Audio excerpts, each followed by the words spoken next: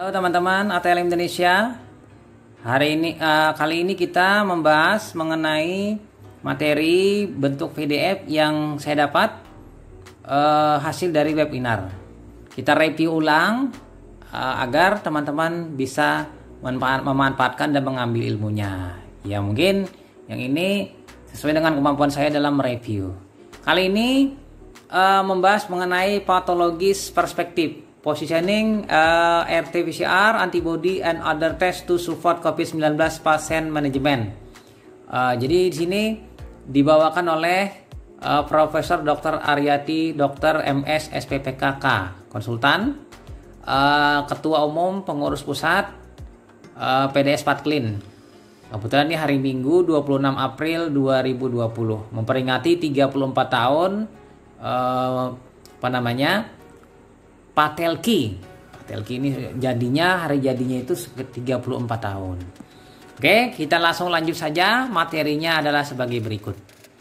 Topik bahasan mengenal virus SARS-CoV-2, mekanisme penularan dan patogenesis. Yang ketiga real time PCR atau RT-PCR saja.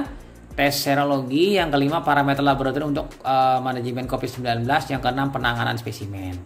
Oke, kita bahas pertama mengenal virus SARS-CoV-2 atau COVID-19. Nah, virus SARS-CoV-2 ini adalah gambarnya ini. Nah, dari gambar ini kita bisa melihat ada nukleokapsid protein, itu dikodekan dengan N, itu bagian dalam. Kemudian yang kedua membran glikoprotein, itu adalah yang dikode dengan M. Jadi kodenya M. Kemudian spike protein itu adalah S.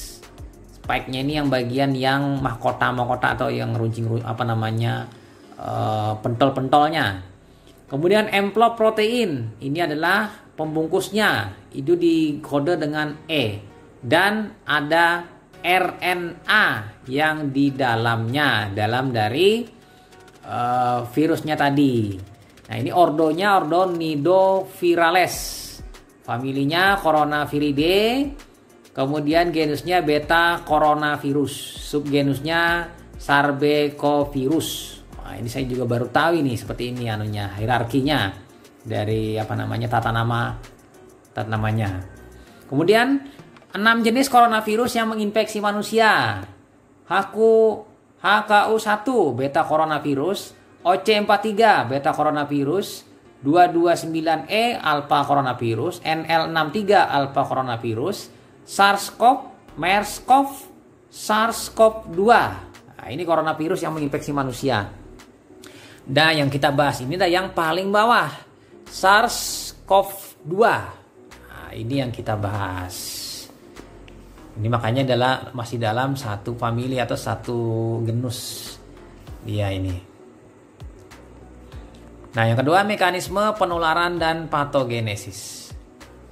Oke, ini penularan virus SARS-CoV-2 itu satu melalui droplet transmission. Jadi penularannya melalui droplet. Yaitu terkena percikan droplet 5-10 mikrometer kecil saja yang terinfeksi dalam jarak 1 meter dari batuk atau bersin si penderita.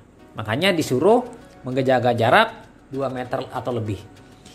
Risiko mukosa, yaitu mulut atau hidung atau konjuktiva atau mata terpapar droplet. Jadi trap droplet kena mata, kena mulut atau kena hidung, maka akan terjadi nanti infeksi di situ. Mata mungkin akan mengalami pembengkakan kalau ada mata misalnya. Kontak transmission. Nah, ini tadi kan droplet, sekarang transmission. Kontak langsung dengan pasien yang terinfeksi. Kontak tidak langsung dengan permukaan atau benda yang digunakan oleh pasien terinfeksi, stetoskop atau termometer. Jadi pasiennya ini kena, kita pegang. Ini kontak langsung. Kontak langsung, pakai tangan misalnya pegang. Atau tubuh pasien tadi kita sentuhkan dengan benda, misalnya stetoskop untuk memeriksa si pasien, atau termometer atau alat lain. Kalau laboratorium ya biasalah, mungkin tourniquet atau mungkin yang lain-lainnya, misalnya spuit. Belum ada laporan penularan airborne dapat terjadi pada kondisi atau tindakan yang menghasilkan aerosol. Jadi ini lanjut lagi. As reminder transmission of COVID-19. Itu pertama, yaitu infected individual itu droplet nucleic. Jadi airborne, kemudian droplet susceptible individual. Jadi direct kontak, indirect kontak ini yang bisa juga terjadi. Transmisi route involving a combination hand and surface. Jadi indirect kontak. Nah ini seperti tadi yang sudah sebelumnya dijelaskan. Kemungkinan penularan lewat cairan tubuh lain. Apakah ada? Lesur et al. 2020 ini meneliti dia dengan teman-temannya tidak terdeteksi virus di serum dan urin. Aman. Wang et al. 2020 RNA virus terdeteksi di dalam darah 1% dan feses 29%. Banyak dalam feses dibandingkan dalam darah. Terdeteksi virus hidup pada feses 2%. Jadi virusnya ada di dalam 2 orang pasien. Zhang et al. 2020 virus terdeteksi di dalam darah, itu di darah ini pada 6 dari 15 pasien. Jadi 15 orang, 6 orang yang ada di dalam darah. Ini 40%. Tan et al. 2020 RNA virus terdeteksi pada 5,7% plasma sampel. Nah, 5,7% di dalam plasma sampel. Sisanya kurang lebih 94%, 48% itu tidak ada. Jadi ini adalah mendeteksi RNA virus, bukan deteksi virus hidup. Infektivitas. Nah, lanjut lagi. Nah ini yang di dalam kotak ini Kaiwang Tuka et al. Set 2020 itu 12 pasien admit to the healthcare facility itu ada di saliva SARS-CoV-2 detect in 11/12. Jadi 91,7% pada pasien. Ini ada. Wah, hebat ini. Kemudian Wang De et al. JAMA 2020 138 pasien admit to the healthcare facility yang dilakukan pemeriksaan kemudian pada feses 17/138, rendah saja 12,3%. Refer diare and abdominal pain. Jadi dia mengalami diare dan sakit perut. Nah, sisanya yang lain belum ada datanya, misalnya tears, air mata, semen, vaginal fluid, other body fluid, and viral santuaris. Itu masih tidak tidak ada datanya untuk pelaporannya yang dibuktikan. Nah, skema replikasi dan patogenesis virus. Penting itu reseptor AC. Nah, ini dia prosesnya di situ. Jadi proses replikasi SARS-CoV masuk dia APC antigen presenting cell, kemudian MH1 major histocompatibility ST1, kemudian PCR CTLS. Nah, CTLS lalu di situ dia ada interferon atau interferon alfa, interferon gamma, interleukin 1 beta, interleukin 6, interleukin 2. Jadi di sini interleukin yang berperan, kemudian TNF alfa. Nah, kemudian ADRS, kegagalan multiorgan kematian. Kegagalan multiorgan kematian karena apa? Dihujani oleh banyaknya interleukin. Apa namanya istilahnya? Saya lupa ini. Sitokin. Badai sitokin. Nah, yang keempat LT helper itu adalah meminta kepada limfosit T helper meminta kepada sel B, yang mana sel B mengenali dan membuat antibodi dengan cara produksi plasma sel. Nah, itu kan sudah tahu kita tahap-tahapannya ini. Lalu plasma sel memproduksi antibodi. Antibodi inilah yang akan terbentuk terhadap virus tadi. Baik IgM dulu baru IgG. Nah, ini adalah seperti itu. Nah, ekspresi reseptor AC2 tipe 2 alveolar cell AT2 oblong. Osmobagus upper and stratified epithelial cell absorb erythrocyte from ileum and colon. Cholangiocyte, myocardial cell, kidney proximal tubule cell, dan bladder ureter cell. Nah, ini adalah ekspresi reseptornya ini. Ini menurut penelitian. Lanjut lagi. Nah ini viral response fase. Jadi kita bisa melihat severity of illness. Jadi step 1 tahap 1 adalah infeksi awal. Virusnya mengalami respon fase. Kemudian masuk step 2 pulmonary fase, yaitu 2A dan 2B. Nah, itu kemudian nanti host inflammatory response. Akibatnya si pasien atau hostnya ini melakukan respon berlebihan. Responnya berupa inflamasi. Tanggapan tubuh terlalu berlebihan. Jadi terjadilah apa? Badai sitokin. Step 2 yaitu hyperinflammation fase. Nah ini. Jadi karena badai sitokin ini makanya di saluran napas pasien itu akan mengalami gangguan sehingga pasiennya sesak napas karena badai sitokin tadi mungkin mungkin salah satunya memproduksi banyak lendir atau sputum atau dahak sehingga pasiennya susah bernapas. Nah ini kira-kira seperti itu. Kemudian clinical symptom, clinical sign, ada potential terapis. Ini bisa dilihat di sini ada clinical simptomnya, clinical sign-nya, mild constitutional symptom, fever, demam, kemudian dry cough, batuk kering, diare, haltis, kemudian shortness breath, hyperexia. Nah ini kemudian ARDS, share shock, kemudian cardiac failure, dia mengalami gagal jantung. Kemudian clinical stage, lymphopenia, increased proton beam time, increased D-dimer, and LDH. Jadi LDH-nya ini mild. Ini clinical sign-nya yang di awal-awal ini. Kemudian di stage 2, abnormal chest image transmitted low normal procalcitonin. Jadi nanti begitu dilakukan imaging, pemeriksaan di fototorak ini. Nanti kemudian ada transaminitis, kemudian low atau normal procalcitonin. Jadi procalcitonin diukur itu rendah atau normal. Sementara kondisi di badai sitokin yang fase stage 3 itu adalah kenaikan inflammatory marker, penanda inflamasi itu mengalami kenaikan. Misalnya CRP, creatine protein, LDH, interleukin 6, D-dimer, ferritin. Nah ini adalah 1, 2, 3, 4, 5 ini penandanya. Dengan tambah lagi tambahan lain yaitu troponin, NT-proBNP elevation. Jadi kenaikan troponin dan NT-proBNP. NT-proBNP ini kan ke jantung dengan troponin. Nah ini kira-kira. Kemudian potensial terapi. Nah potensial terapi ini tidak kita bahas karena itu adalah di luar dari kita. Nanti baca saja sendiri apa saja potensial terapinya. Kemudian posisi RT-PCR, antibodi dan laboratori lain pada manajemen COVID-19. Jadi SARS-CoV-2 itu menginfeksi maka akan terjadi operate disease berupa apa? Kematian atau recovery.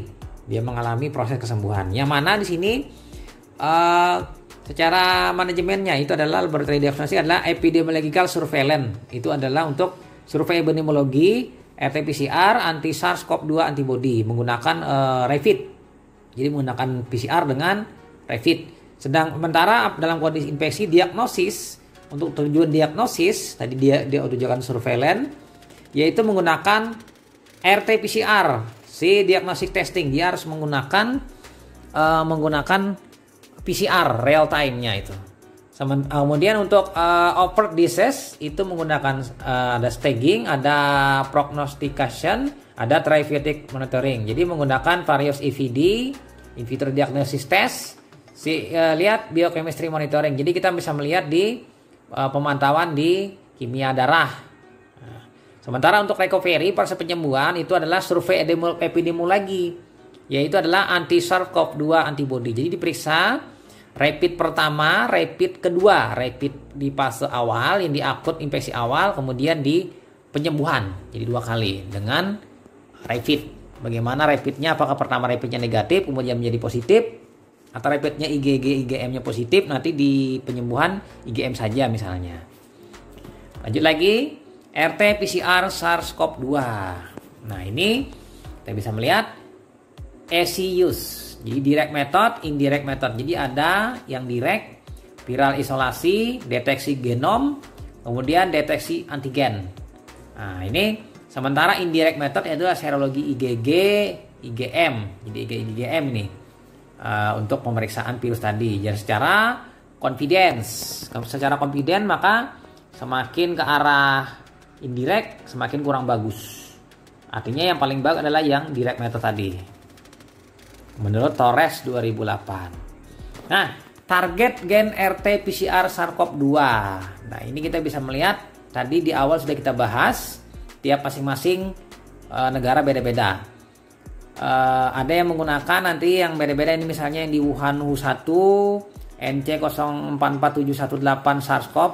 Ini yang Jepang menggunakan ini ORF1A. Nah, ada RDRP misalnya Jerman. Kemudian Jerman juga menggunakan ini. Jadi di lingkar-lingkar biru ini yang digunakan. Nah, sekarang kita bisa melihat di dalam kotak di bawah. Nama alat CDC 2019 Novel Corona 2019 nCoV Real Time RT PCR Diagnostic Panel. Itu target gennya N1 N2. Menggunakan N1 N2. Sementara Export Express SARS-CoV-2 itu E dan N2. About Real Time SARS-CoV-2 itu menggunakan RDRP dan N. Standar M nCoV Real Time Detection Kit itu ORF1AB RDRP dan E.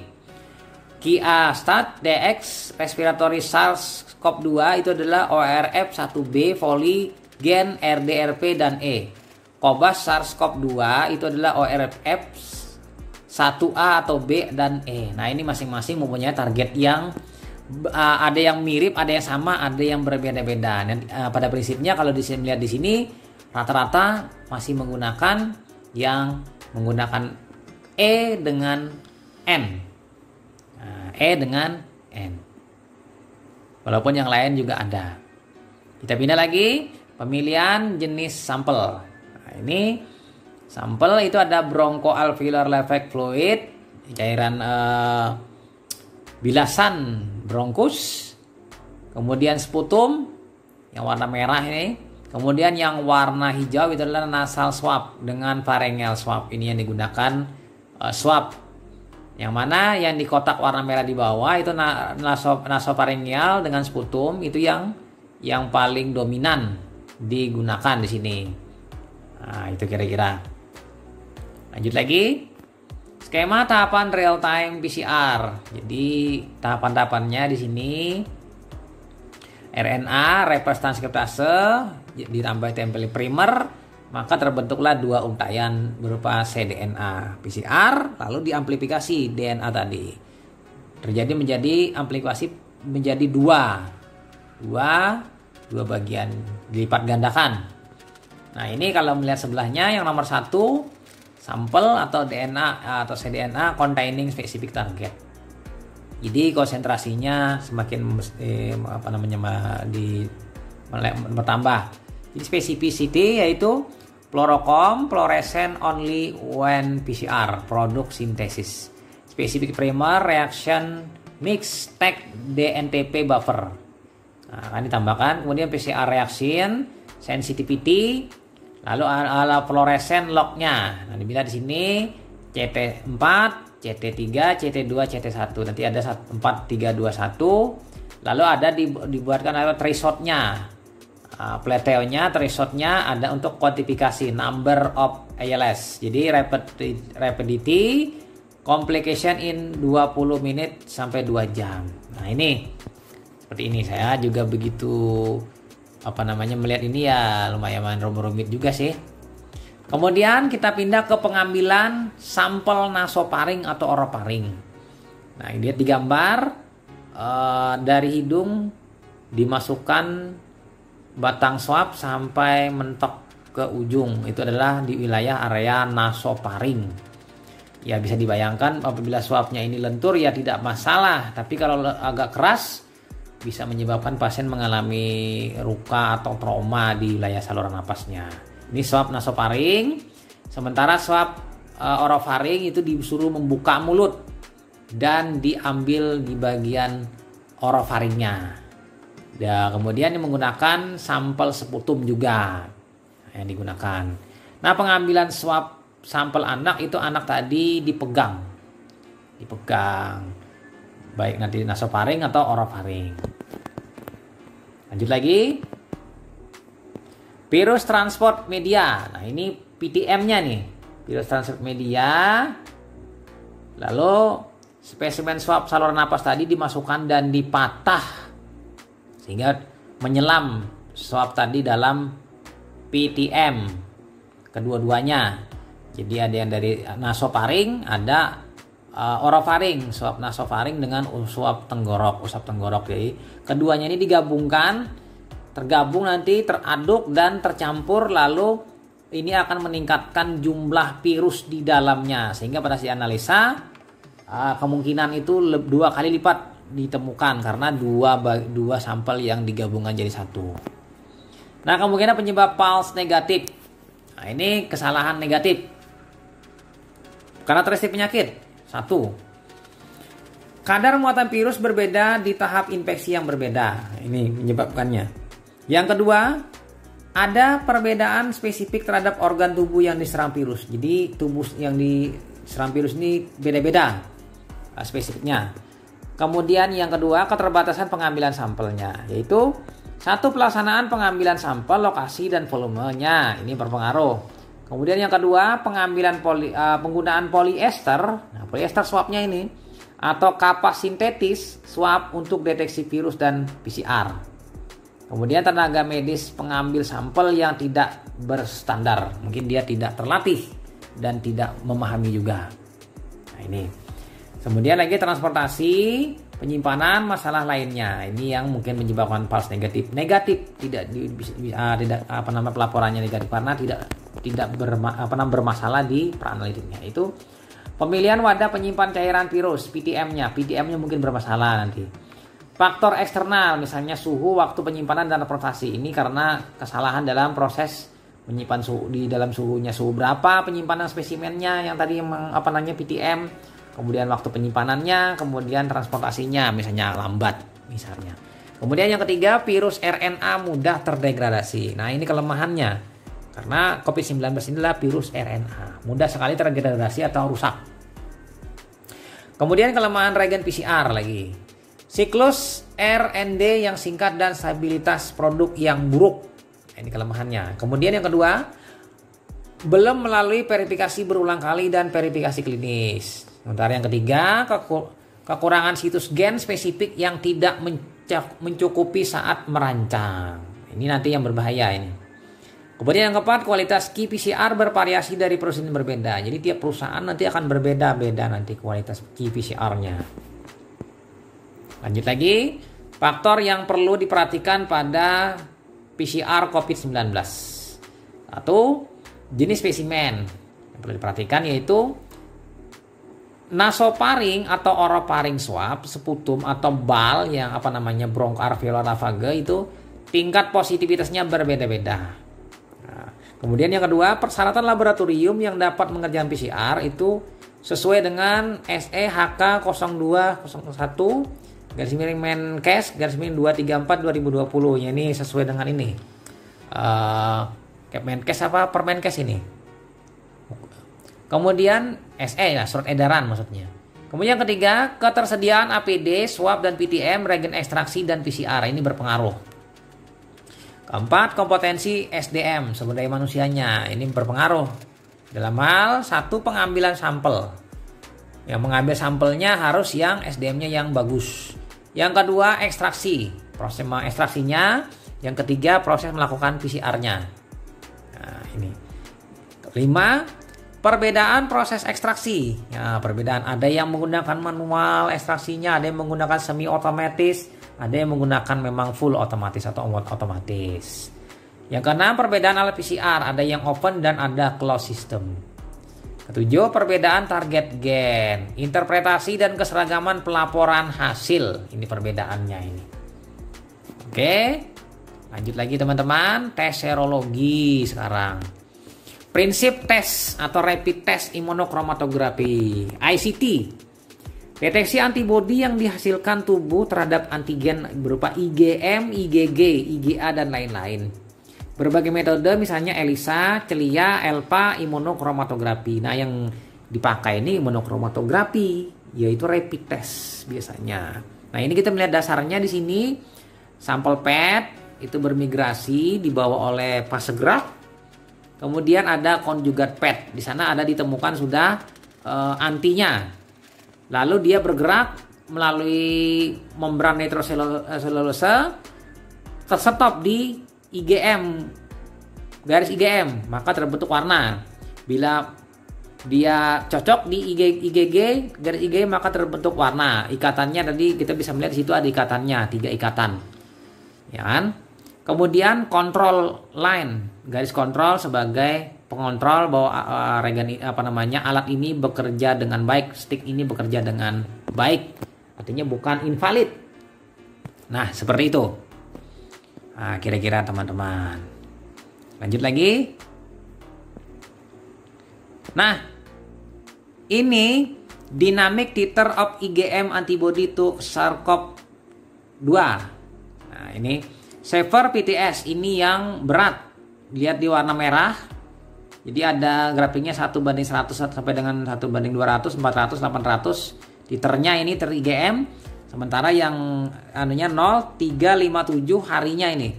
Hari ketiga, kelima, ketujuh, 10, 14, 17, 21. Kita bisa melihat di sini yang Saver VTS ini yang berat. Lihat di warna merah. Naik dan melonjak tinggi. Sementara yang non saver itu PTS adalah yang warna biru.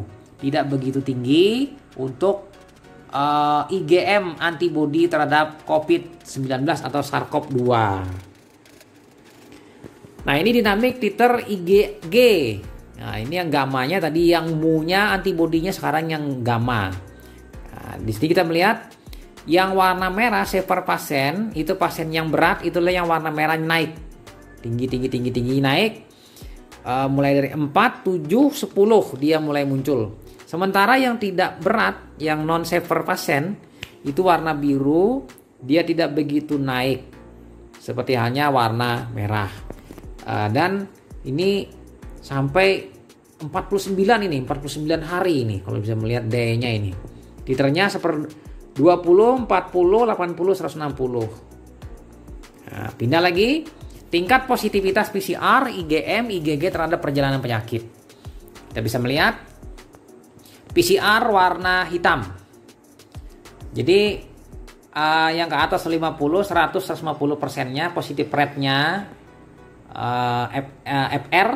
PR. Kemudian yang ke sampingnya itu adalah 0, 1, 2, 3. Ini mungkin ini adalah hari, tidak dicantumkan sini harinya. Jadi hari sebenarnya. PCR di awal-awal dia tinggi, kemudian perlahan turun. Sehingga di sini PCR di awal-awal itu bagus untuk digunakan sebagai diagnostik. Nah, sementara yang IgM itu di awal-awal naik, kemudian dia perlahan turun sedikit. Sementara IgG dia ada dan flat, tidak berubah, naik sedikit. Warna hijau. Jadi kita bisa melihat di situ adalah warna hitam PCR, warna merah IgM, warna hijau IgG. Lanjut lagi. Kemungkinan penyebab false positif. Faktor internal. Rheumatoid factor, antibody heterofilik, sistem komplement, reaksi imunitas crosslink dengan antibody. Kemudian yang keempat, anti-MOS antibody Ig. Yang kelima, lisosim dapat membentuk jembatan antara IgG, fase padat, dan IgM marker. Nah, ini. Kemudian faktor eksternal. Hemolisis. Selama inkubasi, kadar Hb yang meningkat terabsorpsi pada fase padat lalu bereaksi dengan substrat ARP. Nah, ini ini peroksidase menyebabkan hasil false positif. Kemudian waktu penyimpanan terlalu lama, IgG dapat berpolimerisasi di immunoassay, tidak langsung akan menyebabkan reaksi background yang dalam sehingga hasil false positif palsu nanti. Kemudian spesimen tidak membeku sempurna. Misalnya pada ELISA yaitu terbentuk blok fibrin, akan terbentuk fibrin, benang fibrin ini. Ya, artinya sering false positif. Kemudian pengaturan cut up hasil positif. Area abu-abu cut up-nya ini karena batas yang ingin kita buat itu cut up-nya. Kemungkinan penyebab false negatif. Klinisnya masa awal infeksi antibodi belum terbentuk atau belum terdeteksi. Yang kedua, fungsi kekebalan tubuh terganggu. Ini pada pasiennya ini. Itu karena apa? Tidak dapat menghasilkan antibodi yang cukup untuk terdeteksi. Tubuhnya kurang bagus. Entah mungkin dia mengalami defisiensi kurang protein, misalnya dia kekurangan protein, akibatnya dia kesulitan untuk membentuk antibodi. Respon tubuhnya yang kurang bagus. Kemudian yang secara laboratorium yaitu reagen yang dipilih, antigen dan kualitasnya. Bagaimana dipertanyakan. Kemudian kondisi laboratorium, temperatur dan kelembapan pada saat menguji. Yang ketiga, cara pengerjaan tesnya. Bagaimana caranya? Apakah mengikuti prosedur atau bagaimana? Nah, seperti itu. Nah, ini pedoman penanganan cepat medis dan kesehatan masyarakat COVID-19 di Indonesia. Gugus Tugas Percepatan Penanganan COVID-19 Maret 2020. Ini sudah dibuat oleh Kementerian Kesehatan tanggal 23 Maret 2020. Lalu direvisi menjadi revisi 4 tanggal 27 Maret 2020. Berupa pedoman pencegahan dan pengendalian coronavirus disease COVID-19. Direktorat Jenderal Pencegahan dan Pengendalian Penyakit. Itu Maret 2020. Ini yang terbaru, yang gambar paru-paru. Paru-paru yang besar warna hitam ini yang terbaru. Yang sebelumnya gambar yang dasarnya warna biru. Ini warnanya ungu yang terbaru. Nah, 5 parameter laboratorium untuk manajemen COVID-19. Nah, protokol laboratorium pada COVID-19 yaitu screening, diagnosis, pemantauan, dan surveillance. Nah, usulan panduan pemeriksaan laboratorium COVID-19 PDS Patklin, usulan panduan pemeriksaan laboratorium COVID-19. Yaitu protokol laboratorium pasien terkonfirmasi maupun belum terkonfirmasi COVID-19 itu yang pertama harus dilakukan screening. Hematologi dulu. Hitung limfosit absolut atau absolute lymphocyte count ALC kurang dari 1.500 per mikroliter. Sementara neutrophil lymphocyte ratio NLR itu lebih dari 3,13. Jadi sini limfositnya mengalami penurunan, lalu NLR-nya di atas dari 3,13. Kemudian yang kedua CRP di atas 10 mg per dl per liter maksudnya. 10 mg per liter. Jadi nilai rujukannya 5 kalau salah 5. Kalau di atas 10 berarti sudah ke arahnya COVID-19. Pemeriksaan molekuler TCM, tes cepat molekuler bisa dilakukan real time PCR, ini yang menggunakan PCR atau rapid test antigen atau antibody. Bila pemeriksaan molekuler tidak tersedia, pakai rapid saja, molekuler tidak ada. Nah, kemudian nanti ada yang kandidat baru yaitu si TCM dari Cepit Gen Expert. Yang kedua itu screening, sekarang diagnosis. Hematologinya yaitu hitung limfosit absolut atau absolute lymphocyte count ALC kurang dari 1.500, sama dengan screening. Yang kedua neutrophil lymphocyte ratio juga sama juga, lebih dari 3,13. Kemudian CRP lebih dari 10 sama. Kemudian pemeriksaan molekuler TCM, real time PCR atau kombinasi rapid test antibody dan PCR konvensional TCM real time PCR. Jadi di sini untuk diagnosis bedanya dengan screening adalah tambahannya adalah rapid ditambah dengan PCR atau TCM atau konvensional atau real time PCR. Jadi pilih salah satu nanti dari PCR yang mana pilih, konvensional, TCM atau real time. Lanjut lagi. Untuk pemantauan yang C-nya tadi sudah diagnosis, screening diagnosis, ini pemantauan. 1. Pemantauan serial setiap 1-3 hari disesuaikan kondisi klinis. Yang kedua, pemeriksaan laboratoriumnya yang itu hematologi berupa hemoglobin, jumlah leukosit, neutrofil, hitung limfosit absolut ALC, neutrophil limfosit ratio nanti dipantau ulang, jumlah trombosit. Yang B CRP dalam miligram per liter atau miligram per dl. Prokalsitonin, apabila ada parameter ini periksalah prokalsitonin. Kemudian analisa gas darah, nanti AGD juga, Kemudian ferritin. Ferritin diperiksa pada akut fase reaktan. Jadi ferritin ini nanti terpengaruh nanti pada saat nanti tadi yang di awal tadi kita dikisahkan mengenai badai sitokin. Kemudian elektrolit. Diperiksa juga kalium, natrium, klorida. Lalu pemeriksaan tambahan hemostasis. PT, APTT, D-dimer. Nah, ini untuk melihat nanti hemostasis, pembekuan darah. Fungsi ginjal yaitu urea kreatinin. Nah, urea kreatinin periksa. Fungsi hati AST, ALT, LDH. Kemudian yang keempat pemeriksaan lainnya sesuai komorbid. Nah, komorbid misalnya apa? Glukosa darah untuk pasien diabetes mellitus. Apabila si pasiennya diabetes mellitus ditambahkan saja bila diabetes. Kemudian yang G PCR yaitu konvensional TCM real time PCR. Ini pemantauan. Nah, sementara yang terakhir adalah surveillance atau contacting tracing. Pemeriksaan laboratorium adalah kombinasi rapid test antibody dan PCR. Konvensional, TCM, real time, RT, PCR. Ini bisa di surveillance saja. Jadi surveillance ini cuma meriksa rapid dan PCR. Kemudian progres perubahan parameter yaitu DL itu normal, limfopenia itu kurang dari 100 mikroliter pada ini ada awal MRS masuk rumah sakit awalnya, kemudian dia melakukan dalam perjalanannya penyakitnya, kemudian pada saat perbaikan dia ALC menurun kurang dari 1000 per mikroliter, CRP naik. Nah, ini di awal termasuk perjalanannya ini. Kemudian apabila nanti dia klinis kembali membaik, maka WBC-nya akan naik.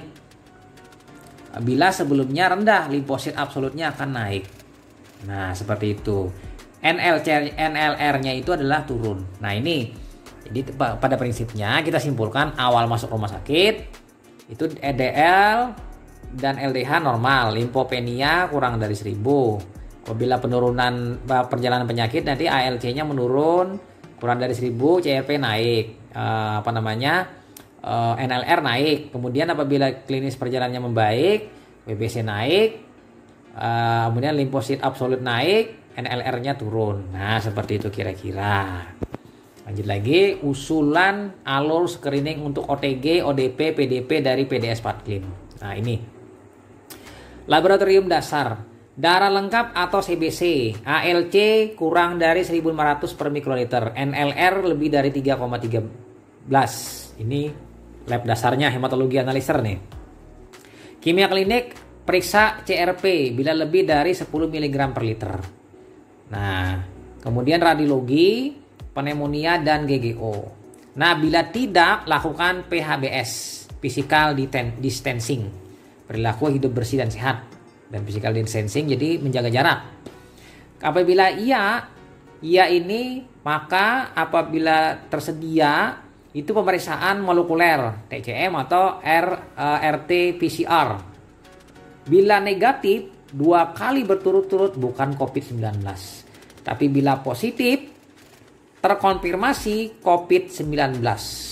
Tergantung klinisnya nanti. Ulang PCR lagi maka kriteria KRS. Nah, di sini tetap PHBS physical distancing 14 hari.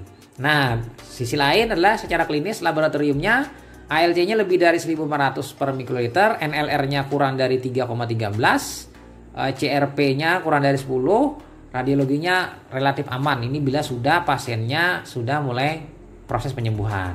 Nah, kita pindah tadi bila tidak tersedia. Nah, ini tersedia ini terbatas rapid test. Jadi teman-teman bisa menggunakan rapid test. Bila negatif wajib ulang 10 hari lagi. Bila sudah dicurigai nih, ulang 10 hari lagi. Jadi hitung 10 hari. Kemudian apabila tetap negatif bukan COVID-19. Jadi apabila 10 hari positif berarti dia positif. Dan bila positif itu wajib dikonfirmasi dengan TCM dan RT PCR. Nah, seperti itu teman-teman alurnya. Ini paling penting alurnya ini. Dari alur sini kita tahu kemanfaatan dari PCR dengan rapid test. Nah, itu kira-kira teman-teman. Di sini saya bisa melihat senang sekali karena di sini bisa memutuskan rapid bisa menyimpulkan dan PCR juga bisa menyimpulkan hasilnya. Seperti itu. Nah, neutropil limfosit rasio NLR, cut off-nya batasnya itu 3,13. Jadi yang dicari adalah batasnya di atas 3,13. Limfopenia absolut terjadi pada kasus berat. Limfopenianya nih. NLR lebih dari 3,13 dan usia di atas 50 tahun, risiko meningkat 50% untuk terjadi keparahan penyakit. Penyakitnya parah. Beda nanti bila di bawah 50 tahun aman, lebih aman sedikit. Saran penanganan berdasarkan NLR dan usia. Nah, ini di kotaknya ini. NLR kurang dari 3,13, kurang dari 50 tahun, tidak ada risiko. Isolasi rumah saja sarannya. Lebih dari 3,13, kurang dari 50 tahun, risiko rendah, rawat inap. Boleh rawat inap. Kemudian kurang dari 3,13 maksudnya, lebih dari 50 tahun, lebih dari sama dengan risiko sedang. Dirawat inap saja dengan monitoring respirasi. Jadi di monitor respirasi. Kemudian bila lebih dari sama dengan 3,13 di atas lebih dari 50 tahun, risiko tinggi ICU. Nah, ini nanti bisa dilakukan proses yang invasif bila pasiennya kondisinya berat sekali. Lanjut lagi, berbagai cut-up nilai NLR. Nah, ini berikut adalah cut-up NLR chair yang sudah dipublikasi. Holub, negara Ceko, jumlah sampel 87, cut-off-nya 6,2. Sensitivitasnya 91%, spesifisitas 96%. Mahonar V, India, itu jumlah sampelnya 258, cut-off NLCR-nya itu 4,63. Sensitivitas 85,3, spesifisitas 84,6. Saputra, IMY, nah ini Indonesia, 198 sampel, cut off-nya 4,67, sensitivitasnya 54%, spesifisitas 81%. Nah, dari sini cut off-nya ternyata berbeda. 6,2, 4,63, 4,67 cut off-nya. Sementara yang sebelumnya tadi 3,13. Ternyata ada perbedaan perselisihan cut off-nya. Nah, sementara kita melihat sini sensitivitas ini melambangkan memberi hasil positif pada orang sakit. Sementara spesifisitas memberi hasil negatif pada orang sehat. Atau sensitivitas ini kalau secara analitik itu kadar terendahnya. Kalau spesifisitas ini spesifik, khas. Lanjut lagi, pemantauan laboratorium pada protokol tata laksana pasien terkonfirmasi COVID-19. 1 OTG, 2 gejala ringan, 3 gejala sedang. Yaitu yang gejala sedang, pemantauan laboratorium darah perifer lengkap berikut dengan hitung jenis.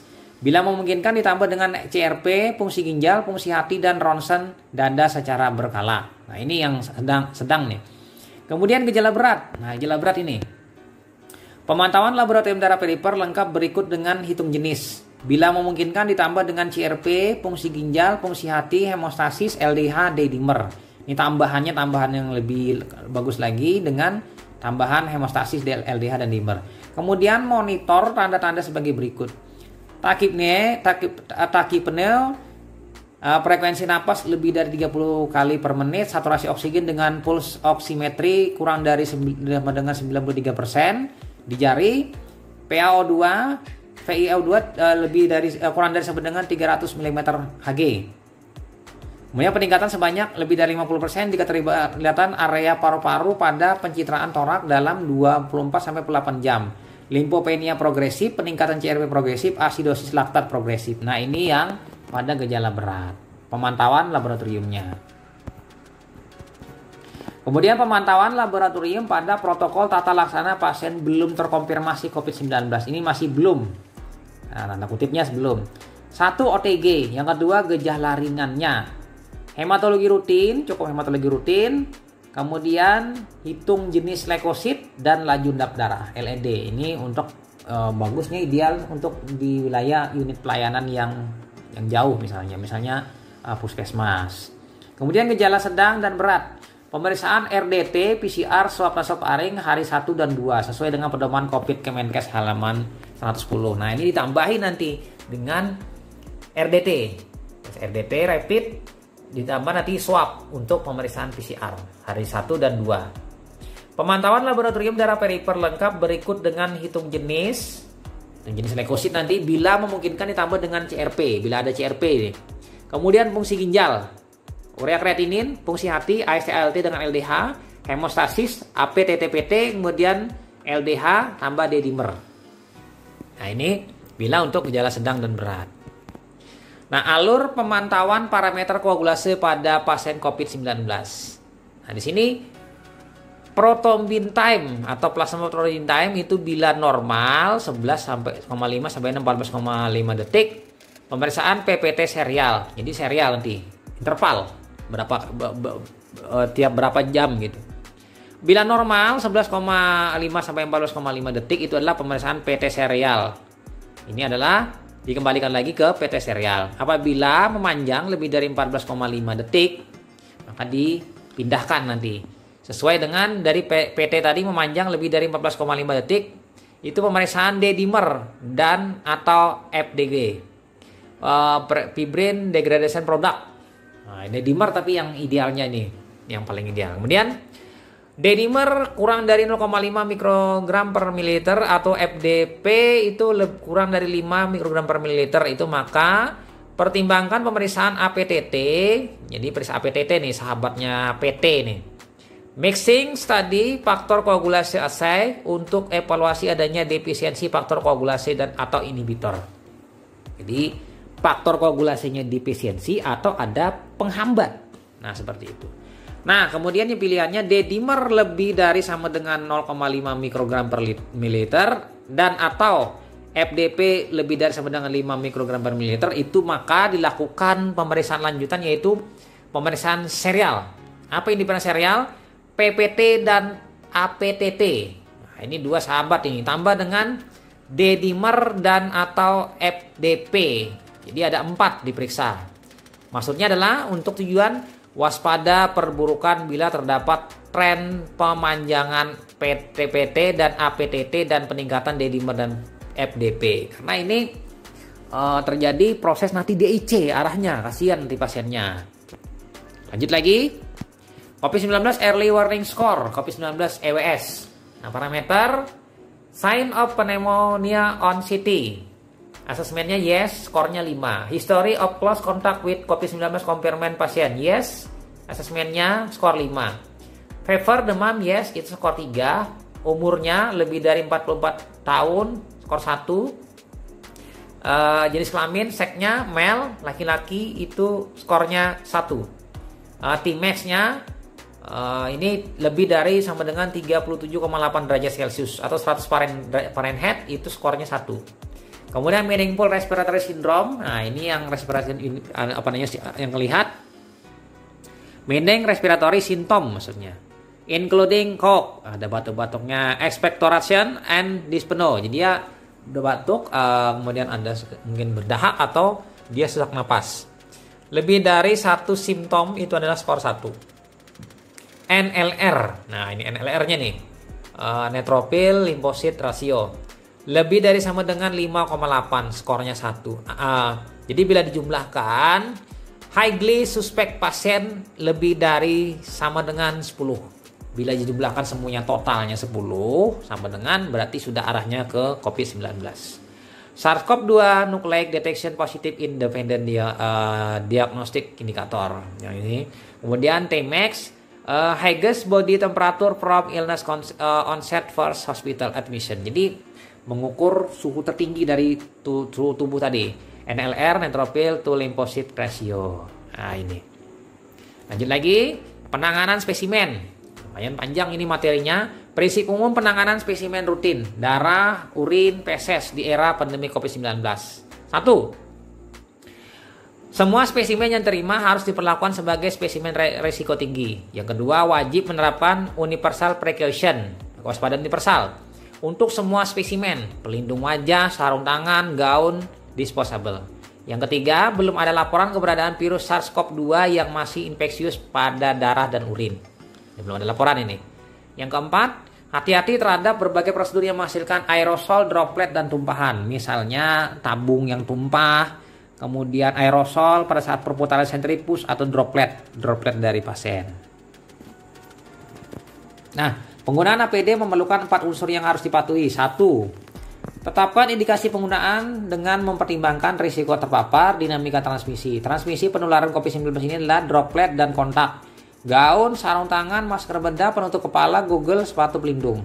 Kemudian yang kedua, transmisi airborne. Bisa terjadi pada tindakan yang memicu terjadinya aerosol. Gaun, sarung tangan, masker, penutup kepala, Google, sepatu pelindung, dan face shield. Nah ini. Yang kedua, cara memakai dengan benar. Yang ketiga, cara melepas dengan benar. Yang keempat, cara mengumpulkan disposal setelah dipakai. Ini penting, empatnya ini.